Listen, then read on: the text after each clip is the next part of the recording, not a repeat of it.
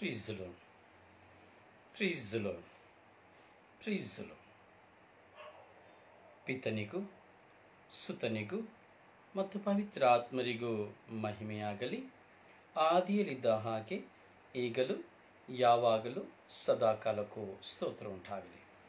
Praise the Lord. Praise the Lord. Praise the Lord. ಪ್ರಭು ಯೇಸುವಿನಲ್ಲಿ ನನ್ನ ಪ್ರಿಯ ಸಹೋದರ ಸಹೋದರಿಯರೇ, ದೇವರ ಮಕ್ಕಳೇ, ಪ್ರಭು ಯೇಸು ಕ್ರಿಸ್ತರ ಕೃಪಾಶೀರ್ವಾದವು, ದೇವರ ಪ್ರೀತಿಯು, ಪವಿತ್ರಾತ್ಮರ ಅನ್ಯೋನ್ಯತೆಯು, ಶಾಂತಿಯು, ಸಮಾಧಾನವು ನಿಮ್ಮೆಲ್ಲರೊಡನೆ ಇರಲಿ. Praise the Lord. Praise the Lord. Praise the Lord. ಪ್ರಿಯರೇ, ನಾವೆಲ್ಲರೂ ಸ್ವರ್ಗೀಯ ಯಾತ್ರೆಯ ಸ್ವರ್ಗೀಯಮನ ಶುಶ್ರೂಷೆಯಲ್ಲಿ ನಾವೆಲ್ಲರೂ ಒಂದಾಗಿದ್ದೇವೆ. ಈ ಶುಶ್ರೂಷೆ ನಮಗೆ ಖಂಡಿತವಾಗಿಯೂ ಒಂದು ಅನುಗ್ರಹಕರವಾದದ್ದು. ಈ ಶುಶ್ರೂಷೆಯಲ್ಲಿ ನಾವು ಹಲವಾರು ವಿಧದ ಅನುಭವಗಳನ್ನು ನಾವು ಕಾಣುತ್ತೇವೆ. ಈ ಅನುಭವಗಳು ನಮ್ಮನ್ನ ಜ್ಞಾನದಲ್ಲಿ ತುಂಬಿಸುತ್ತದೆ. ಈ ಅನುಭವಗಳೆಲ್ಲವೂ ನಮ್ಮನ್ನ ಜ್ಞಾನದಲ್ಲಿ ತುಂಬಿಸುತ್ತದೆ. ಈ ಜ್ಞಾನದ ಅರಿವು ನಮ್ಮಲ್ಲಿ ಎಷ್ಟರ ಮಟ್ಟಿಗೆ ಕ್ರಿಯೆ ಮಾಡುತ್ತದೆ ಎಂಬುದಾದರೆ, ಅದು ತುಂಬ ಆಶ್ಚರ್ಯಕರವಾಗಿ ಅದು ನಮ್ಮನ್ನು ಕ್ರಿಯೆ ಮಾಡುತ್ತದೆ.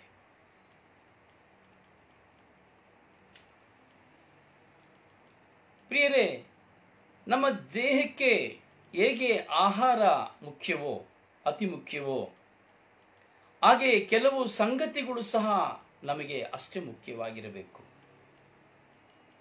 ಹೇಗೆ ನಾವು ಹಗಲು ರಾತ್ರಿ ನಾವು ನಮ್ಮ ಜೀವನವನ್ನ ಮಾಡುವುದಕ್ಕಾಗಿ ನಾವು ದುಡಿಯುತ್ತೇವೋ, ಹಾಗೆ ಹಗಲು ರಾತ್ರಿ ನಾವು ಆಧ್ಯಾತ್ಮಿಕತೆಯಲ್ಲಿ ನಾವು ಜೀವಿಸುವುದಕ್ಕಾಗಿ ನಾವು ದುಡಿಯಬೇಕು. ಪ್ರಿಯರ, ಆಧ್ಯಾತ್ಮಿಕತೆಯ ಈ ಒಂದು ಅನುಭವ ನಮ್ಮನ್ನು ಶ್ರೇಷ್ಠತೆಯಲ್ಲಿ ಮುನ್ನಡೆಸ್ತದೆ. ಈ ಆಧ್ಯಾತ್ಮಿಕತೆಯ ಅನುಭವ ನಮ್ಮನ್ನು ಒಂದು ಸತ್ಯದ ಪಥದಲ್ಲಿ ಮುನ್ನಡೆಸುತ್ತದೆ. ಹಾಗೂ ದೈವ ಜ್ಞಾನವನ್ನ ನಾವು ಪಡೆದುಕೊಳ್ಳುವಂತೆ, ದೈವ ಜ್ಞಾನದಲ್ಲಿ ಸಿದ್ಧಿಯಾಗುವಂತೆ, ದೈವ ಜ್ಞಾನವನ್ನು ಪಡೆದುಕೊಳ್ಳುವಂತೆ ಹಾಗೂ ದೈವ ಜ್ಞಾನದಲ್ಲಿ ಸಿದ್ಧಿಯಾಗುವಂತೆ ಈ ಆಧ್ಯಾತ್ಮಿಕ ಅನುಭವಗಳು ನಮ್ಮನ್ನ ಶಕ್ತಿಪಡಿಸುತ್ತದೆ. ಈ ಆಧ್ಯಾತ್ಮಿಕ ಅನುಭವಗಳ ಮುಖಾಂತರವಾಗಿಯೇ ನಾವು ಪಂಡಿತರಾಗಲಿಕ್ಕೆ ಸಾಧ್ಯ. ಧರ್ಮ ಪಂಡಿತರು ಎಂಬುದಾಗಿ ನಾವು ಹೇಳುತ್ತೇವೆ. ಒಂದು, ನಾವು ವ್ಯಾಸಂಗ ಮಾಡುವುದರ ಮೂಲಕವಾಗಿ ನಾವು ಪಡೆದುಕೊಳ್ಳುವ ಅನುಭವದಿಂದ ಧರ್ಮ ಪಂಡಿತರು ಎಂಬುದಾಗಿ. ಎರಡನೆಯದು, ಒಂದು ಪುಸ್ತಕದ ಬದನೆಕಾಯಿ ಎಂಬುದಾಗಿ ಹೇಳ್ತೇವೆ. ಪುಸ್ತಕದ ಅನುರೂಪದಲ್ಲಿ ನಾವು ಓದಿ ಕಲಿತುಕೊಳ್ಳುವಂಥದ್ದು. ಎರಡನೆಯದು, ನಮ್ಮ ಸ್ವಂತ ಅನುಭವಗಳಲ್ಲಿ, ಸ್ವಂತ ದೈವಾನುಭವಗಳಲ್ಲಿ, ಸ್ವಂತ ದೈವ ಪ್ರೇರಣೆಗಳ ಮೂಲಕವಾಗಿ ನಾನು ಪಡೆದುಕೊಳ್ಳುವಂಥದ್ದು, ಕಲಿತುಕೊಳ್ಳುವಂಥದ್ದಾಗಿದೆ ಧರ್ಮ ಪಂಡಿತತನ, ದೈವ ಜ್ಞಾನ, ದೈವಶಾಸ್ತ್ರ. ನಾವು ಸೆಮಿನರಿಯಲ್ಲಿ ನಾವು ನೋಡ್ತೇವೆ, ದೈವಶಾಸ್ತ್ರ ಎಂಬುದನ್ನು ನಾವು ನೋಡ್ತೇವೆ. ಫಿಲಾಸಫಿ ಎಂಬುದಾಗಿ ನಾವು ನೋಡುತ್ತೇವೆ. ಹಾಗೂ ಹಲವಾರು ವಿಧದಲ್ಲಿ ನಾವು ನೋಡ್ತೇವೆ. ಅಲ್ಲಿ 14 ವರ್ಷಗಳ ಕಲಿಕೆ ನಮಗಿರುತ್ತದೆ. ಪ್ರಿಯರೇ, ಕಲಿಯುವುದು ಬೇರೆ, ಆದರೆ ಸ್ವತಃ ಅದನ್ನ ಅರಿಯುವುದು ಬೇರೆ. ನೋಡಿ, ಒಬ್ಬ ಇಂಜಿನಿಯರ್ ಕಲಿತವನು ಪುಸ್ತಕವನ್ನು ನೋಡಿ ಇಷ್ಟಕ್ಕೆ ಇಷ್ಟನ್ನು ಹಾಕಬೇಕು, ಇಷ್ಟರಲ್ಲಿ ಇಷ್ಟು ಮೆಜರ್ಮೆಂಟ್ ಅನ್ನು ಮಾಡಬೇಕು ಎಂಬುದಾಗಿ ಅವನು ಲೆಕ್ಕಾಚಾರದಲ್ಲಿ ತಾಳೆ ಮಾಡಿ ಕೆಲಸವನ್ನು ಮಾಡಿಸುತ್ತಾನೆ. ಅವನನ್ನು ಇಂಜಿನಿಯರ್ ಎಂಬುದಾಗಿ ಹೇಳ್ತೇವೆ. ಆದರೆ ಸ್ವತಃ ತನ್ನ ಸ್ವಂತ ಅನುಭವದಲ್ಲಿ ಕೆಲಸ ಮಾಡುವ ಒಬ್ಬ ಮೇಸ್ತ್ರಿ, ಗಾರೆ ಮೇಸ್ತ್ರಿ, ಕಟ್ಟಡ ಕಾರ್ಮಿಕ, ಇವನು ಸಂಪೂರ್ಣ ಅನುಭವನ ಪಡೆದಿರ್ತಾನೆ. ಇಂಜಿನಿಯರ್ಗೆ ಯಾವ ಅನುಭವ ಇರೋದಿಲ್ಲ, ಅವ್ರು ಬರೀ ಓದಿರ್ತಾನೆ ಅಷ್ಟೇ. ಹೇಗೆ ಕಲಿಸಬೇಕು, ಹೇಗೆ ಮಿಕ್ಸ್ ಮಾಡಬೇಕು, ಹೇಗೆ ಮಾಡಬೇಕೆಂಬುದು ಇಂಜಿನಿಯರ್ಗೆ ಗೊತ್ತಿಲ್ಲ. ಅವರಿಗೆ ಕೇವಲ ಹೀಗೆ ಮಾಡು, ಹಾಗೆ ಮಾಡು, ಈ ಮೆಜರ್ಲಿ ಮಾಡು, ಆ ಮೆಜರ್ಲಿ ಮಾಡು ಎಂಬುದಾಗಿ ಹೇಳ್ತೇವೆ. ನೋಡಿ, ಈಗ ಕಬ್ಬಿಣ ಕೆಲಸ, ಮನೆಗೆ RCC ಹಾಕುವಂತ ಕೆಲಸ, ಹಲವಾರು ಜನರು ಕಬ್ಬಿಣದ ಕೆಲಸವನ್ನು ಮಾಡ್ತಾರೆ. ಇವತ್ತು ಯಾವ ಮೆಜರ್ಮೆಂಟು ಕೆಲಸ ಮಾಡುವವರಿಗೆ ಗೊತ್ತಿಲ್ಲ. 1/4, 1/5, 1/6 ಎಂಬುದಾಗಿ ಆ ಕಾಲದಲ್ಲಿ ಮೆಜರ್ಮೆಂಟ್ಗಳಿತ್ತು. ಸ್ಪ್ಯಾನ್ 10 ಅಡಿಯೊಳಗೆ ಹೇಗೆ ಕಬ್ಬಿಣವನ್ನು ಕಟ್ಟಬೇಕು, 10 ಅಡಿಗಿಂತ ಮೇಲೆ ಬಂದರೆ 18 ಅಡಿಯಲ್ಲಿ ಹೇಗೆ ಕಬ್ಬಿಣವನ್ನು ಕಟ್ಟಬೇಕು, 20 ಅಡಿಗಳು ಮೇಲೆ ಬಂದರೆ ಹೇಗೆ ಕಬ್ಬಿಣವನ್ನು ಕಟ್ಟಬೇಕು, ಹೇಗೆ ಭೀಮನ್ ಎಷ್ಟು ಗ್ಯಾಪಿಂದ ಎಷ್ಟು ಗ್ಯಾಪಿನವರೆಗೆ ಭೀಮನ್ನು ಹಾಕಬಹುದು, ಎಷ್ಟು ಅಡಿ ಭೀಮ್ ಹಾಕಬೇಕು, ಎಷ್ಟು ಅಡಿ ಕಾಂಕ್ರೀಟ್ ಹಾಕಬೇಕು. ಇವೆಲ್ಲವೂ ಎಕ್ಸ್ಪೀರಿಯನ್ಸ್, ಈ ಅನುಭವ, ಸ್ವಂತ ಅನುಭವ. ಪ್ರೀಸಲೋ. ಹೀಗೆ ಒಂದು ಗಾರೆ ಮೇಸ್ತ್ರಿಗೆ ಸಂಪೂರ್ಣ ಅನುಭವ ಇದೆ. ಅವನು ಯಾವ ತರಗತಿಗೆ ಹೋಗಿರ್ಲಿಕ್ಕಿಲ್ಲ, ಎಜುಕೇಶನ್ ಮಾಡಿರ್ಲಿಕ್ಕಿಲ್ಲ. ಒಂದು ಇಂಜಿನಿಯರು ಸ್ಟಡಿ ಮಾಡ್ತಾನೆ. ಹೀಗೆ ನಾವು ನೋಡಬೇಕಾದ್ರೆ, ನಾವು ತರಕಾರಿಯನ್ನು ತಂದು ಅಂಗಡಿಯಲ್ಲಿ ರಸ್ತೆಯಲ್ಲಿ ತರಕಾರಿ ಮಾರುವವನ್ನ ನಾವು ನೋಡುತ್ತೇವೆ. ಇವತ್ತು ತರಕಾರಿಯನ್ನ ಅಂಗಡಿಯಲ್ಲಿ ಮಾರುವವನು ನೋಡಿ, ಒಳ್ಳೆ ತರಕಾರಿ ಅಂಗಡಿಯಪ್ಪ ಎಂಬುದಾಗಿ ನಾವು ಹೇಳ್ತೇವೆ ಹೊರತು, ಅದನ್ನ ಬೆಳೆದವನು ಒಳ್ಳೆಯ ರೈತ, ಒಳ್ಳೆಯ ತರಕಾರಿ ಬೆಳೆದಿದ್ದಾನೆ ಎಂಬುದಾಗಿ ನಾವು ಹೇಳುವುದಿಲ್ಲ. ಶ್ರಮಪಟ್ಟವ ರೈತ ಎಲ್ಲಿಯೋ ಇದ್ದಾನೆ, ಆದರೆ ಇಲ್ಲಿ ಮಾರುವವನಿಗೆ ಪ್ರಗತಿ. ಶ್ರಮಪಟ್ಟವನಿಗೆ ಲಾಭವಿಲ್ಲ, ಮಾರುವವನಿಗೆ ಲಾಭ. ಅದರಲ್ಲಿಯೂ ದಳ್ಳಾಳಿಗೆ ಲಾಭ, ಬೇರೆಯವರಿಗೆ ಲಾಭ ಕಮ್ಮಿ. ಹೀಗೆ ದೈವಶಾಸ್ತ್ರ, ದೈವ ಪಂಡಿತರು, ದೈವಶಾಸ್ತ್ರಜ್ಞರು, ಅದು ಎಲ್ಲಿಂದ? ಸ್ವತಃ ಅನುಭವದಿಂದ ಸಿಕ್ಕುವಂಥದ್ದೇ ನಿಜವಾದಂಥದ್ದು. 14 ವರ್ಷಗಳು ನಾನು ಸೆಮಿನರಿನಲ್ಲಿ ಇದ್ದೆ ಅಥವಾ ಬೇರೆ ಯಾವುದೇ ಒಂದು ಡಾಕ್ಟರೇಟ್ ಮಾಡಿದೆ, ಎಸ್, ಅದೆಲ್ಲವೂ ಉತ್ತೇಜನಕಾರಿಯಾದದ್ದು. ಅದು ನಿಜವಾಗಿಯೂ ಸಮಾಜದಲ್ಲಿ ಒಂದು ಸ್ಥಾನವನ್ನು ಗಿಟ್ಟಿಸುವಂಥದ್ದು, ಒಂದು ಡಾಕ್ಟರೇಟ್ ಅನ್ನು ಪಡೆದುಕೊಳ್ಳುವಂಥದ್ದು. ಆದರೆ ಏನೇ ಉತ್ತೇಜನಕಾರಿಯಾಗಿ ಒಂದು ಡಾಕ್ಟರೇಟ್ ಅನ್ನು ಪಡೆದುಕೊಂಡರೂ ಸಹ ಸ್ವಂತ ಅನುಭವದ ಮುಂದೆ ಯಾವ ಡಾಕ್ಟರೇಟ್ ಏನು ಮಾಡಲಿಕ್ಕೆ ಆಗುವುದಿಲ್ಲ. ಒಬ್ಬ ದೈವಶಾಸ್ತ್ರಜ್ಞ ಅಥವಾ ದೈವ ಪಂಡಿತ ಡಾಕ್ಟರೇಟ್ ಅನ್ನ ಮಾಡಿಕೊಂಡಿದ್ದಾನೆ, ಬೈಬಲ್ನ ಕುರಿತು ಡಾಕ್ಟರೇಟ್ ಆಗಿದೆ, ಕೆಲವು ಬೈಬಲ್ ಇರುವಂತಹ ಎಲ್ಲಾ ಪುಸ್ತಕಗಳನ್ನ ಕುರಿತು ಡಾಕ್ಟರೇಟ್ ಆಗಿದೆ. ಎಲ್ಲರೂ ಮಾಡಬಹುದು, ಇದೆಲ್ಲರೂ ಮಾಡಬಹುದು. ಯೂನಿವರ್ಸಿಟಿಗೆ ಹೋದ್ರೆ ನಾವೆಲ್ಲ ಡಾಕ್ಟರೇಟ್ ಅನ್ನ ಪಡ್ಕೊಳ್ಬಹುದು, ಇದೇನು ದೊಡ್ಡ ಕೆಲಸ ಇಲ್ಲ. ಆದರೆ ನಾನು ವಿದ್ಯಾಭ್ಯಾಸದ ಮೂಲಕವಾಗಿ ಪಡೆದುಕೊಳ್ಳುವಂತಹ ಈ ಡಾಕ್ಟರೇಟ್ಗಳೆಲ್ಲವೂ ಕೇವಲ ಸ್ಥಾನವನ್ನ ಅಲಂಕರಿಸಿಕೊಳ್ಳುವಂಥದ್ದು, ಬೋಧಿಸಲು ಸುಲಭಕರವಾದಂಥದ್ದು. ಆದರೆ ಜೀವನದಲ್ಲಿ ನಿಜವಾದ ದೈವಾನುಭವವನ್ನು ಪಡೆದುಕೊಳ್ಳಬೇಕು. ನಿಜವಾದ ದೈವಾನುಭವದೊಂದಿಗೆ ದೈವಶಾಸ್ತ್ರಜ್ಞನಾಗಬೇಕು. ದೇವರ ಪ್ರೇರಣೆಯೊಂದಿಗೆ, ದೈವ ಪ್ರೇರಣೆಯೊಂದಿಗೆ, ದೈವಾನುಭವದೊಂದಿಗೆ. ಹೌದು, ದೇವರು ಹೀಗೆಯೇ ಇದ್ದಾರೆ, ಹೌದು ಯೇಸು ಹೀಗೆಯೇ ಇದ್ದಾರೆ, ಹೌದು ಯೇಸು ಹೀಗೆಯೇ ಮಾಡಿದರು, ಎಸ್, ಇಂದಿಗೂ ಯೇಸು ನನ್ನೊಂದಿಗಿದ್ದಾರೆ. ನೋಡಿ, ದೈವಶಾಸ್ತ್ರ, ದೈವ ಜ್ಞಾನ ನಾವು ನೋಡ್ತಾ ಇದ್ದೇವೆ, ದೈವ ಪಂಡಿತ. ಸೊ ಡಾಕ್ಟರೇಟ್ ಅನ್ನ ಪಡೆದುಕೊಂಡವನಿಗೂ ನಿಜವಾಗಿಯೂ ದೈವಾನುಭವವನ್ನು ಪಡೆದವನಿಗೂ ಅಜಗಜಾಂತರ ವ್ಯತ್ಯಾಸ. ಯೇಸುಸ್ವಾಮಿ ಹೇಳ್ತಾರೆ, ನನ್ನನ್ನು ವಿಶ್ವಾಸಿಸುವವನು ನನಗಿಂತ ಹೆಚ್ಚಿನದವುಗಳನ್ನು ಮಾಡುತ್ತಾನೆ, ಇವನೇ ದೈವ ಪಂಡಿತ, ದೈವಶಾಸ್ತ್ರಜ್ಞ ಆಗ್ತಾನೆ. ಇದಕ್ಕೆ ಇನ್ನೊಂದು ಪದ ಇದೆ, ಅದು ನನಗೆ ಬರ್ತಾ ಇಲ್ಲ, ನೆನಪಿಗೆ ಬರ್ತಾ ಇಲ್ಲ ಹೇಳಲಿಕ್ಕೆ ನಿಮಗೆ. ಇದೇ experience of the God, experience of the heaven, experience of the holy spirit. ಇದನ್ನೇ ಯೇಸುಸ್ವಾಮಿ ನಮಗೆ ಕೊಡುವಂತ ಟೀಚ್. ಇದೇ ಯೇಸುಸ್ವಾಮಿ ನಮಗೆ ಕೊಡುವಂತ ಟೀಚ್. ಕೇವಲ ಕೈ ತಟ್ಕೊಂಡು ಕುತ್ಕೋ, ಬರೀ ಅಲಲಲಲ ಶಲಲಲ ಅಂತ ಹೇಳ್ಕೊಂಡು ಕುತ್ಕೋ, ಅಥವಾ ಅಲೆಲಿಯ ಅಲೆಲಿಯ ಯೇಸುವೆ ಸ್ತೋತ್ರ ಅಂತ ಹೇಳ್ತಾ ಕುತ್ಕೋ, ಸ್ತುತಿ ಮಾಡ್ತಾ ಕೂತ್ಕೋ, ಇದಲ್ಲ. ಇದು ಯೇಸು ಸ್ವಾಮಿ, ಇದೆಲ್ಲ ಯೇಸು ನಮಗೆ ಕಲಿಸಿಕೊಡುವಂಥದ್ದು. ನಾನು ಧರ್ಮ ಪಂಡಿತನಾಗಬೇಕು, ದೈವ ಪ್ರೇರಣೆಯುಳ್ಳವನಾಗಿ, ದೈವ ಶಾಸ್ತ್ರಜ್ಞರಂತೆ ನಾನು ದೈವ ಪ್ರೇರಣೆಯುಳ್ಳವನಾಗಿ ದೈವಾನುಭವದಿಂದ ದೇವರನ್ನ ಕಂಡುಕೊಳ್ಳಬೇಕು. ಇದೇ ಯೇಸು ಸ್ವಾಮಿಗೆ ಬೇಕಾಗಿರುವಂಥದ್ದು. ಯಾವಾಗ ದೈವಾನುಭವವು ನನಗೆ ಬರುತ್ತದೋ, ಯೇಸು ಸ್ವಾಮಿ ಹೇಳಿದಂತೆ ನೀನು ನನಗಿಂತ ಹೆಚ್ಚಿನದವುಗಳನ್ನು ಮಾಡುವೆ ನನ್ನಲ್ಲಿ ವಿಶ್ವಾಸವಿಡುವಾಗ. ಈ ಹೆಚ್ಚಿನದವುಗಳನ್ನು ಮಾಡುವ ಅನುಭವಗಳು ನಮಗೆ ಸಿಕ್ಕಬೇಕಾದ್ರೆ ಅದು ದೈವ ಪ್ರೇರಣೆ, ದೈವಾನುಭವ. ನಾನು ಎಲ್ಲರೂ ಮಾಡುವುದನ್ನು ಮಾಡುವುದಲ್ಲ, ನಾನು ಎಲ್ಲರೂ ಮಾಡುವುದಕ್ಕಿಂತ ಹೆಚ್ಚಿನದವುಗಳನ್ನ ಮಾಡುವಂಥವುಗಳೇ ದೈವ ಪ್ರೇರಣೆ, ದೈವಾನುಭವ. ಪ್ರಿಯರೇ, ಕೇವಲ ಬೈಬಲನ್ನ ಓದಿದ ಮಾತ್ರಕ್ಕೆ ನಾವು ಸ್ವರ್ಗರಾಜ್ಯವನ್ನು ಸೇರುವುದಿಲ್ಲ ಎಂಬುದಾಗಿ ದೇವರ ವಾಕ್ಯವೇ ನಮಗೆ ಹೇಳುತ್ತದೆ.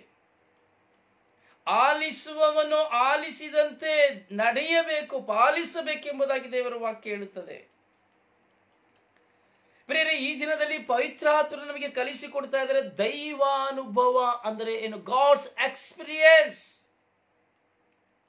ಒಬ್ಬ ದೈವ ಶಾಸ್ತ್ರಜ್ಞನಿಗಿಂತ ಹೆಚ್ಚಾದ ಅನುಭವ ಸಿಗುತ್ತದೆ. ಒಂದು ರೊಟ್ಟಿಯ ತುಂಡು, ಒಂದು ಗೋಧಿಯ ರೊಟ್ಟಿಯ ತುಂಡಿನ ಬಗ್ಗೆ ಒಬ್ಬ ದೈವ ಶಾಸ್ತ್ರಜ್ಞಾನ ಬರೆಯುತ್ತಾನೆ. ಕೇವಲ ತನ್ನ ಆ ಓದಿನ ವಿದ್ಯಾಭ್ಯಾಸದ ಮೂಲಕವಾಗಿ ವಿವರಿಸುತ್ತಾನೆ. ಆದರೆ ದೈವಾನುಭವದಿಂದ, ದೈವ ಪ್ರೇರಣೆಯಿಂದ ಒಂದು ರೊಟ್ಟಿಯ ತುಂಡನ್ನ, ಆ ರೊಟ್ಟಿಯ ತುಂಡಿನಲ್ಲಿ ಯೇಸುವಿನ ಶರೀರ, ಅದು ಯೇಸುವಿನ ಶರೀರವಾಗಿದೆ, ಅದರಲ್ಲಿ ಯೇಸು ಜೀವಂತವಾಗಿದ್ದಾರೆ, ಯೇಸುವನ್ನು ನಾನು ಅನುಭವಿಸಲು ಸಾಧ್ಯ ಎಂಬುವಂತ ಸಂಪೂರ್ಣ ಅನುಭವವನ್ನು ಪಡೆದುಕೊಳ್ಳುವಂತಹ ವ್ಯಕ್ತಿ ಈಸ್ ಅ ಡಾಕ್ಟರೇಟ್. ಅವನೇ ಡಾಕ್ಟರೇಟ್ ಪಡೆದವನು, ದೈವಶಾಸ್ತ್ರದಲ್ಲಿ ಡಾಕ್ಟರೇಟ್ ಪಡೆದವನು. ಒಂದು ಸಾಧಾರಣ ದ್ರಾಕ್ಷಾರಸವು ಯೇಸು ಸ್ವಾಮಿಯ ರಕ್ತವಾಗಿ ಮಾರ್ಪಾಡಾಗುತ್ತದೆ ಎಂಬುವಂತಹ ಅನುಭವವನ್ನ, ತನ್ನ ಜೀವನದಲ್ಲಿ ಆ ಯೇಸುವಿನ ರಕ್ತದ ಅನುಭವವನ್ನ ಅನುಭವಿಸುವವನು ಇಸ್ ಅ ಡಾಕ್ಟರೇಟ್. ದೈವ ಪ್ರೇರಣೆ, ದೈವ ಪ್ರೇರಣೆ. ಪ್ರೀಸಲು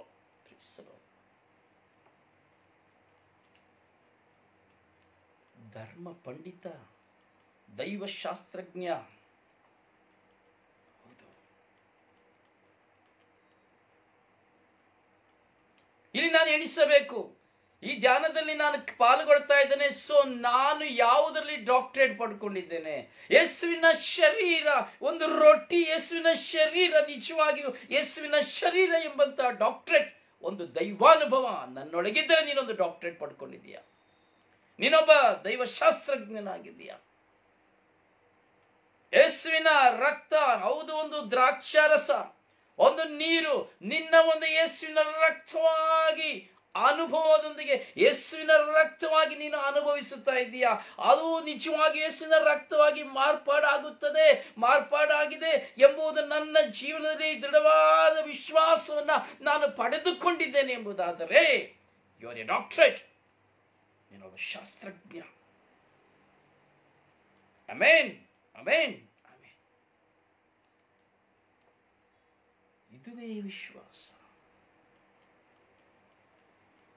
ನಾನು ದೇವರ ವಾಕ್ಯದಲ್ಲಿ ಭರವಸೆ ಇಟ್ಟು ದೇವರ ವಾಕ್ಯದಂತೆ ನಾನು ಜೀವಿಸುವಾಗ ದೇವರ ಕೃಪೆಯು ನನ್ನಲ್ಲಿ ಸುರಿಸಲ್ಪಡುತ್ತದೆ, ದೇವರ ಕೃಪೆಯು ನನ್ನನ್ನು ಬಲಪಡಿಸುತ್ತದೆ ಎಂಬ ವಿಶ್ವಾಸದಿಂದ ದೇವರ ವಾಕ್ಯವನ್ನ ಗೌರವಿಸಿ, ದೇವರ ವಾಕ್ಯವನ್ನ ಆಲಿಸಿ, ದೇವರ ವಾಕ್ಯವನ್ನ ಧ್ಯಾನಿಸಿ ಅದರಂತೆ ನಡೆಯುವಾಗ ಅದರಿಂದ ನಾನು ಪಡೆದುಕೊಳ್ಳುವಂತಹ ದೈವಾನುಭವವು, ದೈವ ಪ್ರೇರಣೆಯ, ದೈವ ಶಕ್ತಿಯ ಅನುಭವವೇ ಡಾಕ್ಟರೇಟ್.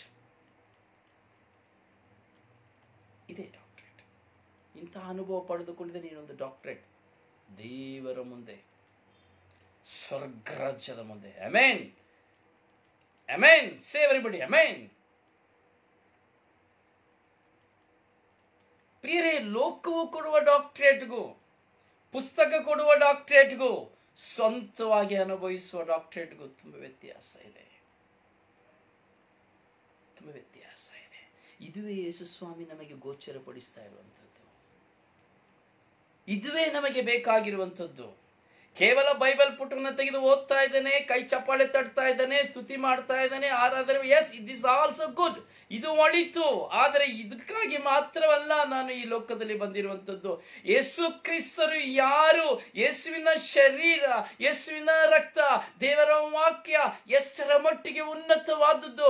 ಯೇಸುವಿನ ನಾಮವನ್ನು ನಾನು ಪಠಿಸುವಾಗ, ಯೇಸುವಿನ ನಾಮವನ್ನು ನಾನು ಉಚ್ಚರಿಸುವಾಗ ನನ್ನ ಮುಂದೆ ಇರುವಂತಹ ದೆವ್ವಗಳು, ಭೂತಗಳು ಬಿಟ್ಟು ಓಡುತ್ತಾ ಇದೆ ಎಂಬುದಾದರೆ yes, you are a doctorate. ಇದುವೇ ದೈವಾನುಭವ. So God's experience. ದೈವ ಪ್ರೇರಣೆ ಇದ್ದರೆ ಮಾತ್ರ ಅದು ಸಿಗ್ಲಿಕ್ಕೆ ಸಾಧ್ಯ. ಇದು ಯಾವ ಫಿಲಾಸಫಿ, ಸೊ ದೊಡ್ಡ ದೊಡ್ಡ ಎಜುಕೇಶನ್ಸ್, ಜ್ಞಾನಿಗಳು, ಮೇಧಾವಿಗಳಿಗೆ ಅಲ್ಲ. ಅದಕ್ಕೆ ಸ್ವಾಮಿ ಹೇಳ್ಬಿಟ್ರು, ತುಂಬಾ ಸುಂದರವಾಗಿ ಹೇಳ್ಬಿಟ್ರು, ಜ್ಞಾನಿಗಳಿಗೂ ಮೇಧಾವಿಗಳಿಗೂ ತಿಳಿಯದಂಥವುಗಳನ್ನ ಏನೂ ಅರಿಯದ ಮುಗ್ಧ ಮಕ್ಕಳಿಗೆ ತಿಳಿಸುವುದೇ ನನ್ನ ಸುಪ್ರೀತ ಸಂಕಲ್ಪ. ಹಲ್ಲೆಲೂಯಾ. ಈಗ ಹೇಳಬೇಕು ಹಲ್ಲೆಲೂಯಾ, ಆಮೆನ್, ಆಮೆನ್. ಇಂಥ ಕಾರ್ಯಗಳಿಗೆ ನಾವು ಹೇಳಬೇಕು ಹಲ್ಲೆಲೂಯಾ, ಆಮೆನ್.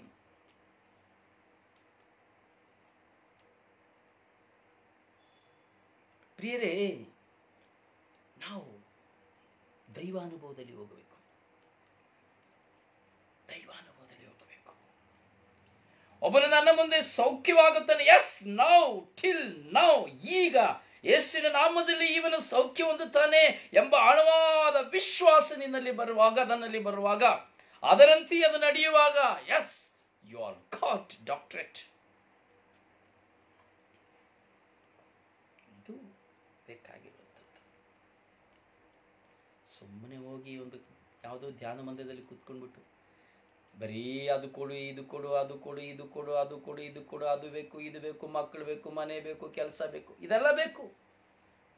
ಪ್ರಿಯರೇ, ದೈವಾನುಭವದಲ್ಲಿ ಒಂದು ಸತ್ಯವನ್ನು ನಿಮ್ಮ ಮುಂದೆ ನಾನು ಹೇಳ್ತೇನೆ.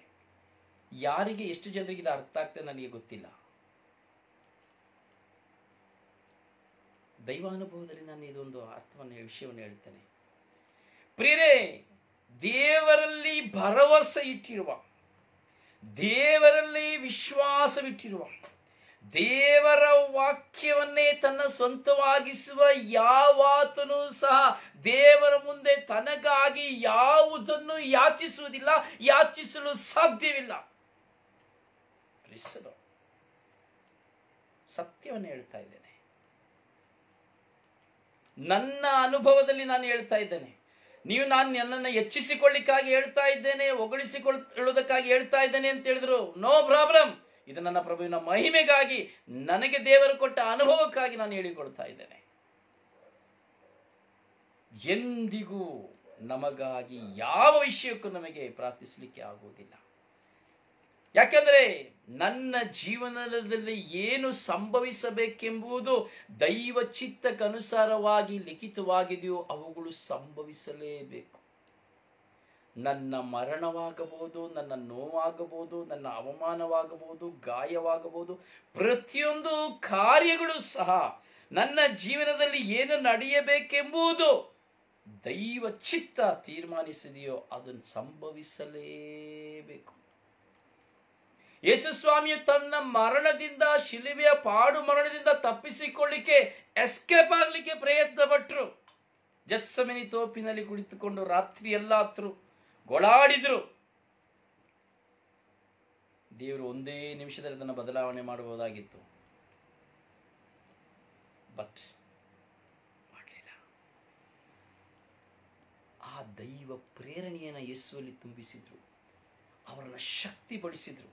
ಇದಕ್ಕಾಗಿಯೇ ನೀನು ಈ ಲೋಕಕ್ಕೆ ಬಂದಿದ್ದೀಯಾ ಎಂಬಂತ ಅರಿವು ಆಯಿತು. ಕೊನೆಗೆ ಯೇಸು ಹೇಳಿದ ಒಂದೇ ಮಾತು, ಈ ಕಷ್ಟದ ಕೊಡವನ್ನು ನನ್ನಿಂದ ತೆಗೆದು ಹಾಕಬೇಕೆಂಬುದು ನಿಮ್ಮ ಚಿತ್ತವಿದ್ದರೆ ತೆಗೆದು ಹಾಕಿ, ನಿಮ್ಮ ಚಿತ್ತದಂತೆ ಆಗಲಿ. ಅಲಾಶಾಲಿಯ ಅಲಾಮಿಯಾಲಿಯ. ತಪ್ಪಿಸಿಕೊಳ್ಳಿಕ್ಕಾಗಲೇ ಇಲ್ಲ. ಏನೆಲ್ಲ ಯೇಸುಸ್ವಾಮಿ ಯಾತನೆಯನ್ನು ಅನುಭವಿಸಬೇಕೆಂದು ಪ್ರವಾದಿ ಯೆಶಾಯನು ಬರೆದನು, ಅದೆಲ್ಲವೂ ನೆರವೇರಿತು. ಅದೆಲ್ಲವೂ ನೆರವೇರಿತು.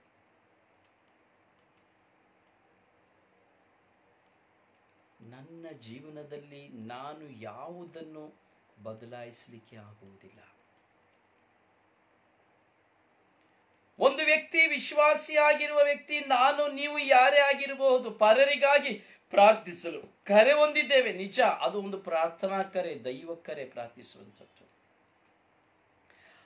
ನಾನು ಪ್ರಾರ್ಥಿಸಿ ಯಾವ ವ್ಯಕ್ತಿಯ ಕಷ್ಟಗಳನ್ನ, ರೋಗಗಳನ್ನ, ನಷ್ಟಗಳನ್ನ ನಾನು ತೆಗೆದು ಹಾಕ್ಲಿಕ್ಕೆ ಸಾಧ್ಯವೇ ಇಲ್ಲ. ಯಾಕೆಂದರೆ ನಿನ್ನ ಜೀವನದಲ್ಲಿ ಏನು ನಡೆಯಬೇಕೆಂಬುದು ದೈವ ಪದ್ಧತಿ ಇದೆಯೋ ಅದು ನಡೆಯಲೇಬೇಕು. ಪ್ರತಿಯೊಂದು ಅನುಭವಗಳ ಮುಖಾಂತರವಾಗಿ ದೇವರು ನಮ್ಮನ್ನು ಪುಟಕಿಟ್ಟ ಚಿನ್ನದಂತೆ ಪರಿವರ್ತಿಸಲು ಪ್ರಯತ್ನಿಸುವಾಗ, ಶುದ್ಧೀಕರಿಸಲು ಪ್ರಯತ್ನಿಸುವಾಗ, ದೇವರೇ ತೀರ್ಮಾನ ಮಾಡಿರುವಾಗ ನಾನು ನೀನು ಕುಳಿತು ಪ್ರಾರ್ಥಿಸುವುದ ಫಲದಿಂದ ಅಲ್ಲ, ಮತ್ತೊಬ್ಬರಿಗೆ ಸಿಕ್ಕುವಂತ ಫಲ ನನ್ನ ಸಹೋದರ ಸಹೋದರಿ ದೈವ ಇಚ್ಛೆಗನುಸಾರವಾಗಿ, ಎಲ್ಲವೂ ದೈವ ಪದ್ಧತಿಗೆ ಅನುಸಾರವಾಗಿ ನೆರವೇರುವಂಥದ್ದು.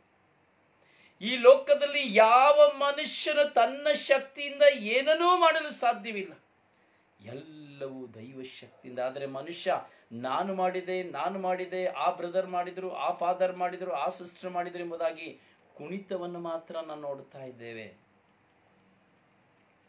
ಮಾಡುವುದೆಲ್ಲವೂ ದೇವರು. He's one man army. ದೇವರ ನಾಮವನ್ನು ಮಹಿಮೆ ಪಡಿಸುವುದಕ್ಕಾಗಿ ನಾವು ಈ ಲೋಕದಲ್ಲಿ ಕರೆ ಹೊಂದಿದ್ದೇವೆ. ಯೇಸು ಕ್ರಿಸ್ತರನ್ನ, ದೇವರನ್ನ, ಸತ್ಯತೆಯನ್ನ ಸಾರುವುದಕ್ಕಾಗಿ ನಾವು ಕರೆ ಹೊಂದಿದ್ದೇವೆ. ಕೇವಲ ಒಂದು ಸಾಧಕಗಳಾಗಿ ಸಾಧನೆಗಳಾಗಿ ನಾವು ಕರೆ ಹೊಂದಿದ್ದೇವೆ ಅಷ್ಟೇ. ಪ್ರಿಯರಿಂದ ದೈವಾನುಭವ ನಮಗೆ ಬೇಕು. ಯಾವ ವಿದ್ಯಾಭ್ಯಾಸಕ್ಕಿಂತ ಹೆಚ್ಚಾಗಿ ದೈವಾನುಭವ.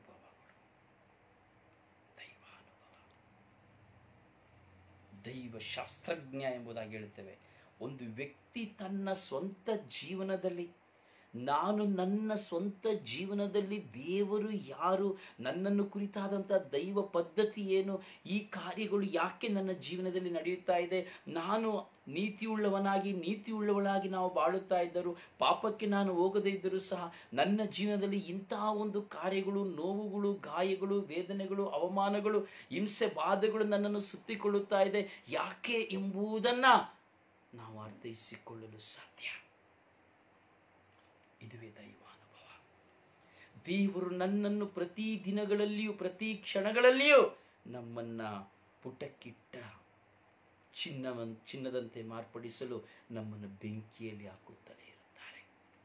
ಶೋಧನೆಗಳ ಮೂಲಕವಾಗಿ ನಾವು ನಮ್ಮ ಮುಂದೆ ಶೋಧನೆಗಳನ್ನ ಜಯಿಸಿ ದೇವರನ್ನ ಕಂಡುಕೊಳ್ಳುವಂಥದ್ದೇ ದೈವಾನುಭವ. ನಿನ್ನ ದೇಹದಲ್ಲಿಯೋ ನನ್ನ ದೇಹದಲ್ಲಿಯೋ ಒಂದು ದೈಹಿಕವಾದ ಆಸೆಗಳು ಉಲ್ಪಣವಾಗುತ್ತದೆ ಎಂಬುದಾದರೂ ಅಲ್ಲಿಯೂ ನಾನು ದೈವಾನುಭವವನ್ನು ಕಾಣಬೇಕು.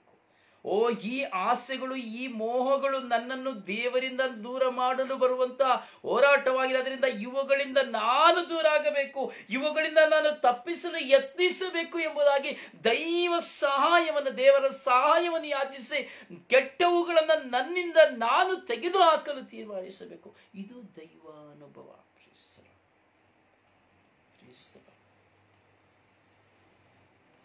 ಕೆಟ್ಟದ್ದನ್ನು ಮಾಡುವಾಗ, ಕೆಟ್ಟದ್ದು ನನ್ನ ಮುಂದೆ ಬರುವಾಗ, ಅವುಗಳ ಮುಖಾಂತರವಾಗಿ ನಾನು ಲೋಕವನ್ನು ಜಯಿಸಲು, ದೈವ ಪದ್ಧತಿಯನ್ನು ನೆರವೇರಿಸಲು ಅದು ನಮಗೆ ತುಂಬಾ ಶಕ್ತಿಕರವಾಗಿದೆ, ನಮಗೆ ಬಲವಾಗಿರುತ್ತದೆ. ಪ್ರಿಯರೇ,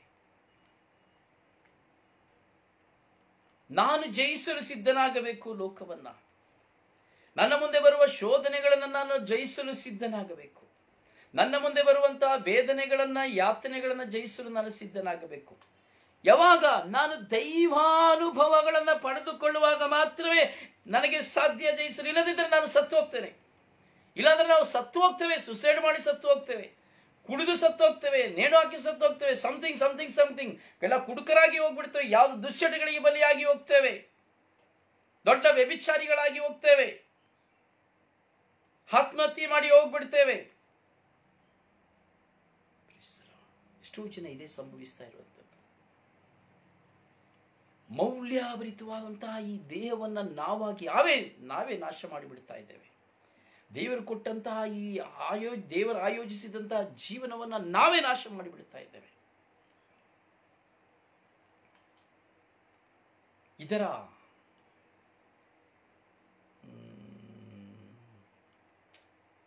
ಪ್ರತಿಫಲ ಏನು ಗೊತ್ತುಂಟ?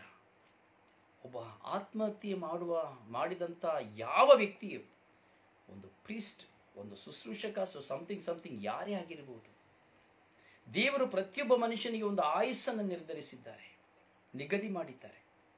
ಈ ಆತ್ಮಹತ್ಯೆಯನ್ನು ಮಾಡಿಕೊಳ್ಳುವಂತಹ ವ್ಯಕ್ತಿ ತನ್ನ ಆಯಸ್ಸಿನ ದಿನವು ಮುಗಿಯುವ ತನಕ ಈ ಲೋಕದಲ್ಲಿಯೇ ನೆಲೆಯಿಲ್ಲದೆ ಅಲೀತಾ ಇರಬೇಕು. ನೀರಿಲ್ಲ, ಊಟ ಇಲ್ಲ, ನಿದ್ರೆ ಇಲ್ಲ, ಏನೂ ಇಲ್ಲ. ಮರಗಳ ಮೇಲೆ, ಕೊಂಬೆಗಳ ಮೇಲೆ, ಗುಡ್ಡೆಗಳ ಮೇಲೆ, ಪಾಳು ಬಿದ್ದ ಮನೆಗಳ ಮೇಲೆ, ಎಲ್ಲಿ ಬೇಕೋ ಅಲ್ಲಿ ಅವನು ಅಲಿತಾ ಇರಬೇಕು. ಅವನ ಆತ್ಮ, ಅವನಿಗೆ ಬಿಡುಗಡೆಯೇ ಇಲ್ಲ. ನೀನು ಎಷ್ಟು ಬಲಿ ಪೂಜೆಯನ್ನು ಕೊಡ್ತಾನೆ ಅಂತ ಹೇಳಿದ್ರು, ಎಷ್ಟು ನೀನು ಅವನ ಹೆಸರಲ್ಲಿ ದಾನ ಧರ್ಮವನ್ನು ಮಾಡ್ತೀಯ ಅಂತರೂ ಸಹ ಅವನ ಆಯುಷಿನ ದಿನಗಳನ್ನು ಮನುಷ್ಯರಾದ ನನ್ನಿಂದ ಬದಲಾಯಿಸಲಿಕ್ಕೆ ಸಾಧ್ಯವಿಲ್ಲ. ಸ್ವಲ್ಪ ಸಾಂತ್ವನ ಸಿಕ್ಕಬಹುದು ಅಷ್ಟೇ. ಯಾಕಂದ್ರೆ ಈ ಲೋಕದಲ್ಲಿಯೇ ಜೀವನವನ್ನು, ದೇವರನ್ನು ಅರಿತುಕೊಳ್ಳದಂತಹ ವ್ಯಕ್ತಿ ಸತ್ತ ಮೇಲೆ ದೇವರನ್ನು ಅರಿತುಕೊಳ್ಳಲು ಹೇಗೆ ಸಾಧ್ಯವಿಲ್ಲ.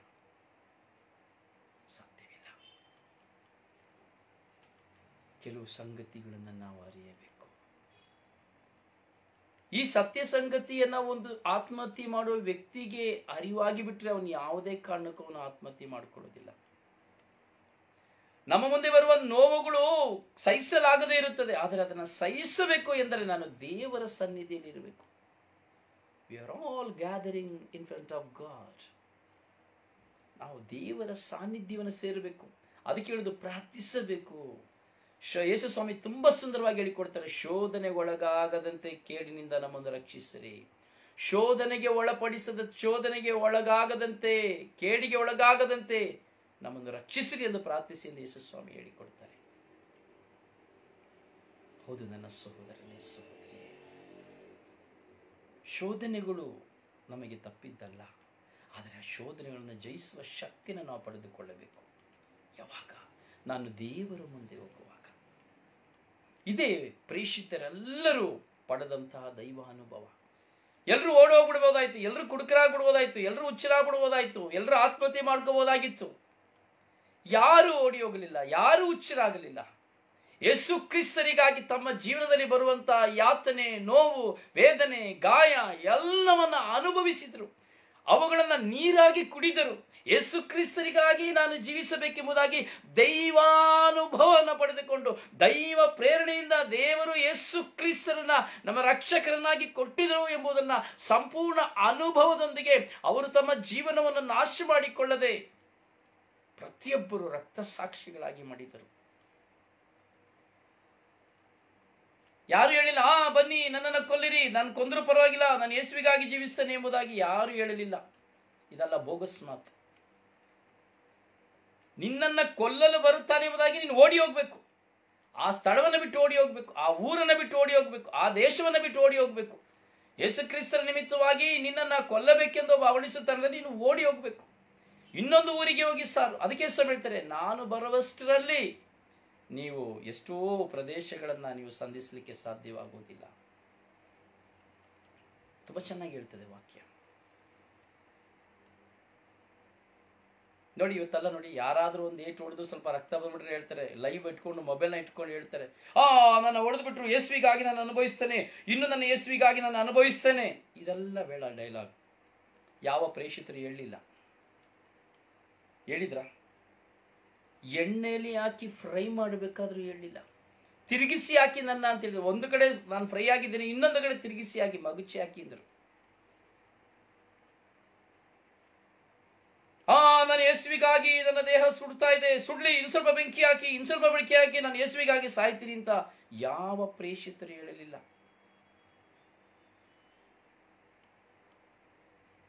ಈ ಡೈಲಾಗ್ ಎಲ್ಲ ಮೊಬೈಲ್ ಇಟ್ಕೊಂಡು, ಕ್ಯಾಮ್ರಾ ಇಟ್ಕೊಂಡು, ಹೊಡೆಯೋದನ್ನ ಇಟ್ಕೊಂಡು, ರಕ್ತ ಸುರಿಯೋದನ್ನ ಇಟ್ಕೊಂಡು, ನಾನು ಯೇಸುವಿಗಾಗಿ ಸಾಯ್ತಾ ಇದ್ದೀನಿ, ಯೇಸುವಿಗೆ ಸಾಕ್ಷಿಯಾಗಿದ್ದೀನಿ, ಇದೆಲ್ಲ ಡೋಂಗಿ ಮಸಾಲೆಗಳು ಬೇಡ ನಮಗೆ. ಯೇಸುವಿಗಾಗಿ ನೀನು ಅನುಭವಿಸ್ತಾ ಇದೆಯಾ? ಸ್ತೋತ್ರ. ನಿನ್ನ ಜೀವನದಲ್ಲಿ, ನಿನ್ನ ಹೃದಯದಲ್ಲಿ ಯೇಸುವಿಗೆ ಸ್ತೋತ್ರವನ್ನು ಕೊಡು. ದೇವರಿಗಾಗಿ ಯೇಸುವಿಗಾಗಿ ರಕ್ತಸಾಕ್ಷಿ ಆಗಲು ಇಚ್ಛಿಸುವಂತ ನಾನು ಬಹಿರಂಗಪಡಿಸಬೇಕಾಗಿರುವುದು ನನ್ನ ವಿಶ್ವಾಸವನ್ನ, ನನ್ನ ದೇಹವನ್ನಲ್ಲ, ನನ್ನ ರಕ್ತವನ್ನಲ್ಲ. ನಿನ್ನ ಯೇಸು ನಿನ್ನ ರಕ್ತವನ್ನು ಬಹಿರಂಗಪಡಿಸಬೇಕು ಎಂದು ಇಚ್ಛಿಸುವುದಾದರೆ, ನಿನ್ನ ಯೇಸು ನಿನ್ನ ರಕ್ತವು ಈ ಭೂಮಿಯ ನೆಲದಲ್ಲಿ ಯೇಸು ಕ್ರಿಸ್ತನಿಗಾಗಿ ಅರಿಯಬೇಕು ಎಂಬುದನ್ನು ಚಿತ್ತೈಸಿದ್ದರೆ, ಅದು ದೈವ ಪ್ರೇರಣೆಯಾಗಿದ್ದರೆ, ಅದು ದೈವ ಪದ್ಧತಿಯಾಗಿದ್ದರೆ, ನೀನು ಈ ಲೋಕದಲ್ಲಿ ಪ್ರೇಷಿತರಂತೆ ರಕ್ತ ಸಾಕ್ಷಿಯಾಗಿ ಒಂದು ಪುಸ್ತಕದ ಪುಟವಾಗಿ ನೀನು ಮಾರ್ಪಾಡಾಗುವೆ. ಬರಲಿರುವ ತಲೆಮಾರುಗಳಿಗೆ ನೀನು ಸಾಕ್ಷಿಯಾಗುವೆ. Hallelujah, amen, amen. ಇದುವೇ ರಕ್ತ ಸಾಕ್ಷಿ. ಯಾವತ್ತೋ ಒಂದಿನ ಮೊಬೈಲಲ್ಲಿ ಕೊಟ್ಟರೆ 2 ನಿಮಿಷಕ್ಕೆ ನೋಡ್ಬಿಟ್ಟು ಅಯ್ಯೋ ಆ ಪಾಸ್ಟರ್, ಅಯ್ಯೋ ಆ ವ್ಯಕ್ತಿ ಅಂತಾರೆ, ಅಷ್ಟೇನೆ. ಜೀವಬಾಧ್ಯರ ಪಟ್ಟಿಯಲ್ಲಿ ನಿಮ್ಮ ಹೆಸರುಗಳು ಬರೆಯಲ್ಪಡಬೇಕು. ಸಜೀವವೆಂಬ ಜಯಮಾಲೆಯನ್ನು ನಾನು ಧರಿಸಿಕೊಳ್ಳಲು ಸಿದ್ಧನಾಗಬೇಕು. ಅದನ್ನ ಪಬ್ಲಿಷ್ ಮಾಡಿಕೊಂಡಲ್ಲ, ಅಡ್ವರ್ಟೈಸ್ಮೆಂಟ್ ಕೊಟ್ಕೊಂಡಲ್ಲ, ರಕ್ತವನ್ನ ನಾನು ಯಾರು ಹೊಡೆದು ಬಿಟ್ರು ಅಂತೇಳಿ ಅದನ್ನ ರಕ್ತ ಸುರಿಸ್ಕೊಂಡು ಅಡ್ವರ್ಟೈಸ್ಮೆಂಟ್ ಕೊಟ್ಕೊಂಡಲ್ಲ. ರಕ್ತ ಸಾಕ್ಷಿ 100 ಜನರ ಮುಂದೆ ನೋಡಿ ನಾನು ಹೀಗೆ ಹೊಡೆದು ಬಿಟ್ರು, ನಾನು ಯೇಸುವಿಗಾಗಿ ಹೀಗೆಲ್ಲ ಮಾಡ್ತಾ ಇದ್ದೀನಿ, ಈ ಫೋಕಸ್ ಕೊಟ್ಕೊಂಡಲ್ಲ. ರಕ್ತ ಸಾಕ್ಷಿ ತಪ್ಪಿಸಿ ಹೊಡೆ. ಯೇಸು ಸ್ವಾಮಿ 3 ಬಾರಿ ತಪ್ಪಿಸ್ಕೊಂಡು ಓಡ್ಬಿಟ್ರು. ಬೆಟ್ಟದಿಂದ ತಳ್ಳಿ ಬಿಡಬೇಕು ಅಂತಿದ್ರು, ಓಡ್ಬಿಟ್ರು, ತಪ್ಪಿಸ್ಕೊಂಡ್ರು. ಕಲ್ಲುಗಳಿಂದ ಹೊಡೆಯಬೇಕು ಅಂತ ಹೇಳಿದ್ರು, ತಪ್ಪಿಸ್ಬಿಟ್ರು. ಕೊನೆಗೆ ಏನು ಮಾಡ್ಲಿಕ್ಕಾಗಿಲ್ಲ, ಸುತ್ತಲೂ ಸೈನಿಕರು ಸುತ್ತುವರೆದು ಬಿಟ್ರು. ತಪ್ಪಿಸ್ಕೊಂಡು ಹೋಗ್ಲಿಕ್ಕೆ ಆಗಲೇ ಇಲ್ಲ, ಯಾಕಂದ್ರೆ ದೈವ ಪದ್ಧತಿ.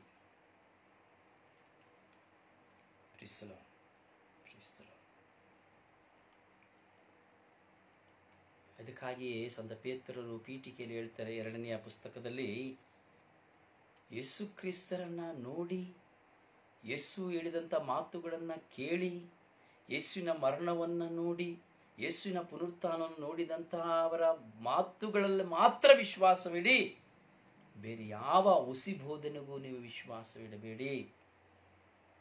ಯಾವ ಸುಳ್ಳು ಬೋಧನೆಗೆ ವಿಶ್ವಾಸವಿಟ್ಟು ನೀವು ಅವರನ್ನು ಹಿಂಬಾಲಿಸಬೇಡಿ. ಯಾವ ಸಭೆಗಳಿಗೂ ಹೋಗಬೇಡಿ.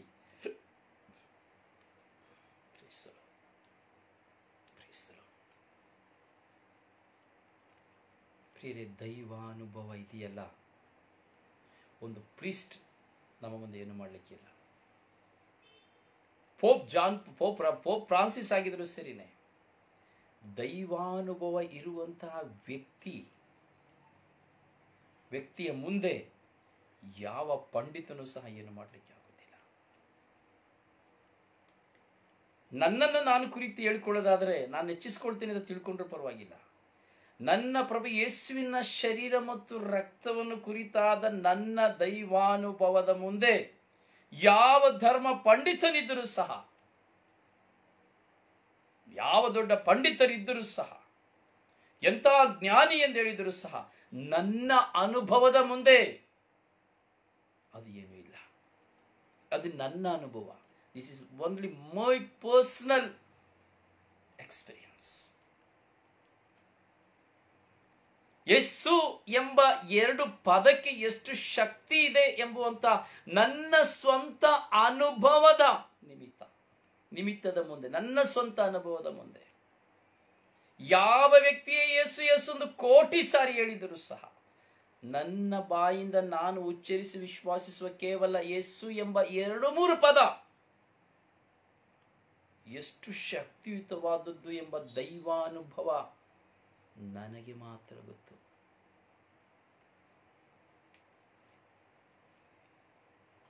ನನಗೆ ಯಾವ ದೈವ ಪಂಡಿತ ಎಂಬ ಬಿರುದು ನನಗೆ ಬೇಕಾಗಿಲ್ಲ.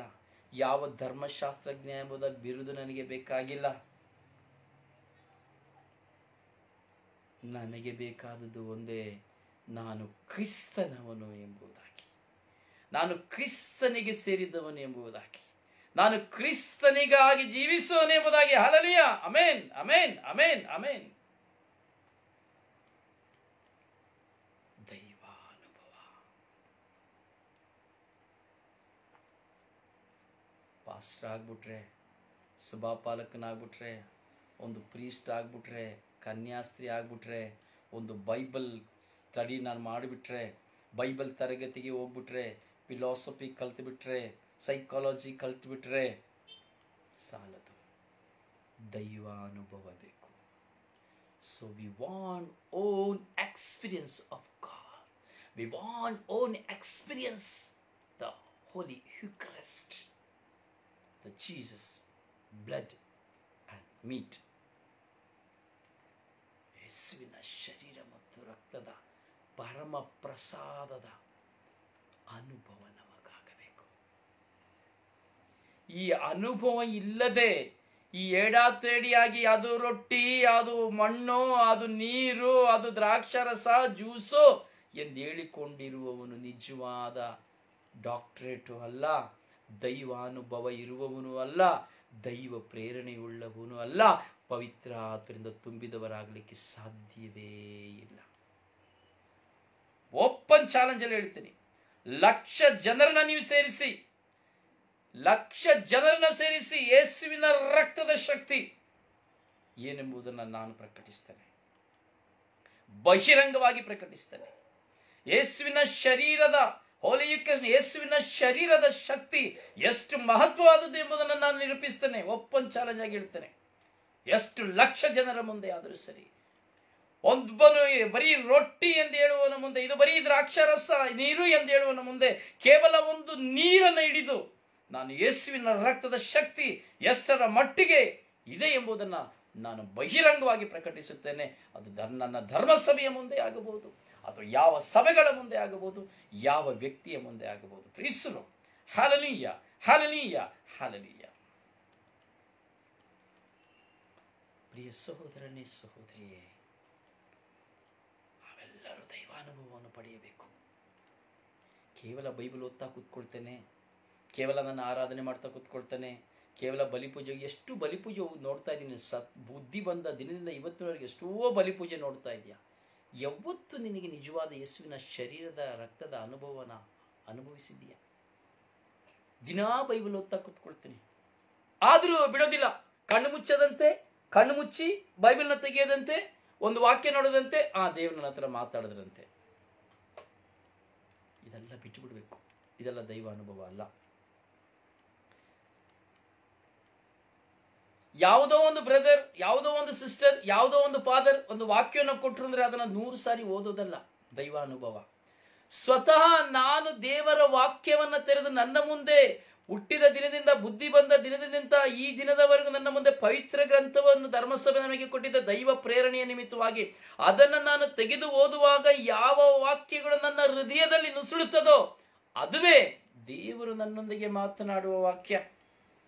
ಹೀಗೆ ನನ್ನ ಮುಂದೆ ಇರುವಂತಹ ವಾಕ್ಯವನ್ನ ಓದದೆ, ಅವುಗಳನ್ನು ಧ್ಯಾನಿಸದೆ, ಒಂದು ವ್ಯಕ್ತಿ ಕೊಡುವ ವಾಕ್ಯವನ್ನು ಮಾತ್ರ ಹಿಡಿದುಕೊಂಡು ನನ್ನ ಅವಶ್ಯಕತೆಗಾಗಿ, ನನ್ನ ಹೊಟ್ಟೆ ಊಟಕ್ಕಾಗಿ, ನನ್ನ ಕೆಲಸಕ್ಕಾಗಿ, ನನ್ನ ವೀಸಕ್ಕಾಗಿ, ನನ್ನ ಸಾಲಕ್ಕಾಗಿ, ನನ್ನ ಸಮಸ್ಯೆಗಾಗಿ, ನನ್ನ ಮಗನಿಗಾಗಿ, ನನ್ನ ಮಗಳಿಗಾಗಿ, ವ್ಯಾಪಾರಕ್ಕಾಗಿ, ಮಾರಾಟಕ್ಕಾಗಿ ಒಂದು ಬ್ರದರೋ, ಒಂದು ಫಾದರೋ, ಒಂದು ಸಿಸ್ಟರೋ ನಾನು ಕೊಟ್ಟಂತ ವಾಕ್ಯವನ್ನ 100 ಸಾರಿ ಉರು ಹೊಡೆದ್ರೆ ಏನೂ ಪ್ರಯೋಜನವಿಲ್ಲ. ನಿನಗೆ ಸ್ವಂತ ಅನುಭವ ಆಗಬೇಕು. ದೇವರ ವಾಕ್ಯ ಇನ್ನೊಬ್ರು ಕೊಟ್ಟಲ್ಲ, ನಾನು ದೇವರ ವಾಕ್ಯವನ್ನು ಹುಡುಕಬೇಕು. ಪ್ರತಿದಿನ ನಾನು ದೇವರ ವಾಕ್ಯವನ್ನು ಹುಡುಕಬೇಕು. When we are search the word of God, when we are open the Bible, when we are read the Bible, your God is talking with you.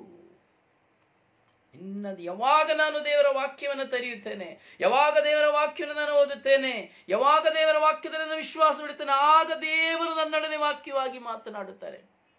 ಅದಕ್ಕೆ ನಾನು ಪ್ರತಿಯೊಬ್ಬರಿಗೂ ಈ ಪ್ರಾರ್ಥನೆಯನ್ನು ಹೇಳಿಕೊಡ್ತೇನೆ. ದೇವರ ವಾಕ್ಯವಾಗಿರುವ ಪ್ರಭು ಯೇಸುವೆ, ನಿಮ್ಮ ವಾಕ್ಯವನ್ನು ಕಳುಹಿಸಿ ನನ್ನನ್ನು ಬಲಪಡಿಸಿರಿ, ನನ್ನನ್ನು ಸೌಖ್ಯಪಡಿಸಿರಿ ಎಂಬುದಾಗಿ ಹೇಳಿ.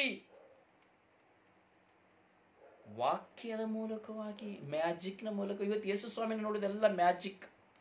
ಯೇಸು ಯಾರಂದ್ರೆ ಮ್ಯಾಜಿಕ್. ಇವತ್ತು ಯೇಸು ಸ್ವಾಮಿನ ಪ್ರತಿಯೊಬ್ಬರು ನೋಡೋದು ಮ್ಯಾಜಿಕ್ ಮ್ಯಾನ್ ಆಗಿ ಅಷ್ಟೇನೆ, ದೇವರಾಗಿ ಯಾರು ನೋಡ್ತಾ ಇಲ್ಲ.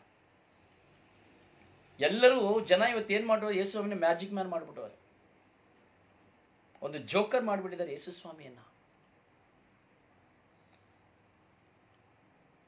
ಬಿಸ್ನೆಸ್ ಮಾಡಿಬಿಟ್ಟಿದ್ದಾರೆ ಯೇಸು ಸ್ವಾಮಿಯನ್ನ. ಇಲ್ಲ ಪ್ರಿಯರೇ, ಯೇಸು ಸ್ವಾಮಿಯನ್ನ, ಯೇಸುವೇ ದೇವರು ಎಂಬುದನ್ನು ನಾನು ನನ್ನ ಹೃದಯದಲ್ಲಿ ಪ್ರತಿಷ್ಠಾಪಿಸಬೇಕು.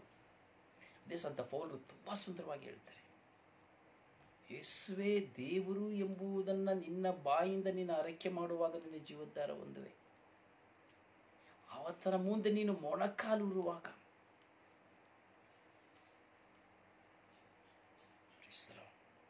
ಆ ಪದ ಹೇಳಲಿಕ್ಕೂ ನಾನು ಯೋಗ್ಯನಲ್ಲ ಎಂಬುದಾಗಿ ಎಣಿಸ್ಕೊಳ್ತೇನೆ. ಅಂದರೆ ಅಂಥ ಒಂದು ಶ್ರೇಷ್ಠವಾದಂಥ ಪದ. ಈ ಅನುಭವಗಳು ನಮಗಾಗಬೇಕು ಪ್ರಿಯರೇ. ದೈವಾನುಭವಗಳು ನಮ್ಮ ಜೀವನದಲ್ಲಿ ನಮಗಾಗಬೇಕು ಪ್ರಿಯರೇ. ನೀವು ಕೇಳುತ್ತಿರುವಂತಹ ಈ ಒಂದು ಧ್ಯಾನ ಯಾವ ಮಟ್ಟದಲ್ಲಿ ನಿಮ್ಮ ಒಳಗೆ ಪ್ರವೇಶಿಸ್ತಾ ಇದೆ ಅಂತ ನಮಗೆ ಗೊತ್ತಿಲ್ಲ. ಯಾಕಂದರೆ ನಾನು ನೇರವಾಗಿ ನಿಮ್ಮ ಹತ್ರ ಮಾತನಾಡ್ತಾ ನಿಮ್ಮ ಒಂದು ಶಬ್ದ ನನಗೆ ಗೊತ್ತಿಲ್ಲ. ಪ್ರಿಯರೇ, ನೀವು ಸಹ ನಿಮ್ಮ ಇಂಥ ಒಂದು ಶುಶ್ರೂಷೆಗಳನ್ನು ಕೇಳುವಾಗ ನೀವು ನನ್ನೊಂದಿಗೆ ಮಾತನಾಡಬೇಕು, ಸಂಪರ್ಕಕ್ಕೆ ಬರಬೇಕು, ನಿಮ್ಮ ಅನುಭವಗಳನ್ನು ನನ್ನಲ್ಲಿ ಹಂಚಿಕೊಳ್ಳಬೇಕು. ಆಗ ನಾನು ನಿಮ್ಮ ಅನುಭವಗಳನ್ನು ಸಹ ನಾನು ಪ್ರಕಟಿಸಲಿಕ್ಕೆ ಸಾಧ್ಯ. ದೈವಾನುಭವ. ಹೌದು ಪ್ರಿಯರೇ, ಒಂದು ಸಹೋದರಿ ಇದ್ದಾರೆ. ಆಕೆ ಪ್ರಭು ಯೇಸುವಿನ ರಕ್ತದಲ್ಲಿ ಅಚಲವಾದ ವಿಶ್ವಾಸವುಳ್ಳವಳು. ಆಕೆ ಯಾವಾಗಲೂ ನನ್ನಲ್ಲಿ ಕೇಳುವಂತಹ ಒಂದು ಮಾತು, ನನಗೆ ಯೇಸುವಿನ ರಕ್ತ ಬೇಕು, ನನಗೆ ಯೇಸುವಿನ ರಕ್ತ ಬೇಕು. ಪ್ರತಿ ಸಾರಿ 2 ಲೀಟರ್ ನೀರಿನ ಬಾಟಲ್ನ ತಂದು ನನಗೆ ಕೇಳ್ತಾಳೆ. ಪ್ರಿಯರೇ, ನಾನು ಪವಿತ್ರ ಬಲಿಪೂಜೆಯಲ್ಲಿ ವಿಧಿಗನುಸಾರವಾಗಿರುವಂತಹ ಪ್ರಾರ್ಥನೆಗಳೊಂದಿಗೆ ಪ್ರಿಯರೇ ನಾನು ಪ್ರಾರ್ಥಿಸ್ತೇನೆ. ನನಗೆ ಗೊತ್ತು, ನಾನು ಪ್ರಾರ್ಥಿಸುವಾಗ ಒಂದು ನೀರು ಯೇಸುವಿನ ರಕ್ತವಾಗಿ ಮಾರ್ಪಾಡಾಗುತ್ತದೆ ಎಂದು ನನಗೆ ಮಾತ್ರವಲ್ಲ, ನನ್ನ ದೈವಾನುಭವದ ಮೂಲಕವಾಗಿ ಎಷ್ಟೋ ಜನರಿಗೆ ಗೊತ್ತು. ಜೀವಂತ ಸಾಕ್ಷಿ. ಹೀಗೆ ಈ ಮಗಳು ತನ್ನ ಗಂಡ ಕುಡಿಯುವಂತಹ, ಆಕೆ ಕೆಲವು ಸಾರಿ ಹೇಳುವಾಗ ಐ ಕಾಂಟ್ ಬಿಲೀವ್, ಕೆಲವು ಸಾರಿ ನಾನು ನನ್ನ ವಿಶ್ವಾಸನ ಕಳ್ಕೊಂಡು ಬಿಡ್ತೇನೆ. ಅಂದರೆ ಹೇಗೆ ಕಳ್ಕೊಳ್ಳೋದು ಅಂದರೆ ಸೋ ಅನ್ಬಿಲೀವಬಲ್ ಅಂತ ಹೇಳ್ತಾರಲ್ಲ, ಸೊ ನಾನು ಒಂಥರ ಹುಚ್ಚನಾಗ್ತೇನೆ. ತಾನು ಗಂಡ ಕುಡಿಯುವ ಬ್ರಾಂದಿಯಲ್ಲಿ ಆಕೆ ಬೆರೆಸುವಂತ ಯೇಸುವಿನ ರಕ್ತ, ಅದು ನೀರು, ಆದರೆ ಆಕೆಯ ಕಣ್ಣುಗಳಲ್ಲಿ ಹೃದಯದಲ್ಲಿ ತುಂಬಿ ಹೋಗಿರುವಂತಹ ಯೇಸುವಿನ ರಕ್ತ ಎಂಬ ವಿಶ್ವಾಸ ಒಂದು ತೊಟ್ಟನ್ನು ಬೆರೆಸುವಾಗ ಆ ಗಂಡ ಬ್ರಾಂದಿ ವಿಸ್ಕಿಯನ್ನು ಕುಡಿಯುವುದಿಲ್ಲ ಎಂಬುದಾಗಿ. ಆಕೆಯ ಯಾವುದೇ ಒಂದು ನೋವು, ಒಂದು ರಕ್ತಸ್ರಾವ, ಪ್ರಿಯ ಎಲ್ಲ ಸಮಯದಲ್ಲಿಯೂ ಆಕೆಯು ತನ್ನ ಮನೆಯಲ್ಲಿರುವಂತಹ ಆ ಯೇಸುವಿನ ರಕ್ತವಾಗಿ ಮಾರ್ಪಾಡಂಥ ಜೀವಜಲವನ್ನ ಅವಳು ಹನಿಗಳನ್ನು ಬೆರೆಸಿ ಅವಳು ಸೇವಿಸುವಾಗ ಆಕೆ ಎಲ್ಲ ಕಾರ್ಯದಲ್ಲೂ ಸೌಖ್ಯವನ್ನು ಪಡೆಯುತ್ತಾಳೆ.